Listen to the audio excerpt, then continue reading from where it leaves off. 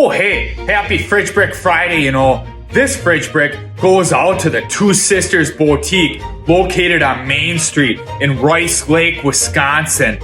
They're a small town, locally owned and operated business, that's not affiliated with any of those big chains or anything.